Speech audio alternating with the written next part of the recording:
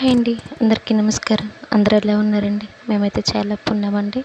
ఈరోజు మనం ప్లెసెంట్ రుచుల్లో వంకాయతో చట్నీ చేసుకుందామండి. చాలా బాగుంటుంది, చాలా టేస్టీగా ఉంటుందండి. దానికోసం ముందుగా టమాటాలు, పచ్చిమిరపకాయలు, వంకాయలు తీసుకొని కట్ చేసుకుందాం. తర్వాత స్టవ్ వెలిగించుకొని కళాయి పొయ్యి మీద పెట్టుకొని అందులో కొంచెం నూనె పోసుకొని నూనె వేడెక్కాక జీలకర్ర అందులో వేసుకొని బాగా వేయించుకోవాలి. జీలకర్ర బాగా వేగిన తర్వాత పచ్చిమిరపకాయలు, వంకాయ ముక్కలు వేసుకొని వాటిని కూడా బాగా వేయించుకున్న తర్వాత అవి మగ్గిన తర్వాత కొద్దిగంత కొత్తిమీర వేసుకొని మూత పెట్టుకొని దాన్ని కూడా మగ్గించుకోవాలి. తర్వాత కొద్దిగంత చింతపండు వేసుకొని దాన్ని కూడా ఆ ముక్కల్లో బాగా వేగిన తర్వాత కొంచెం అంత ఉప్పు వేసుకొని బాగా ఉడికించుకోవాలి.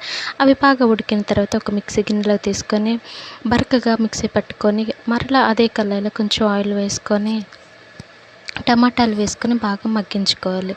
ఈ చట్నీ సూపర్గా ఉంటుందండి. యమ్మీ యమ్మీ టేస్టీగా ఉంటుంది. థ్యాంక్ యూ అండి.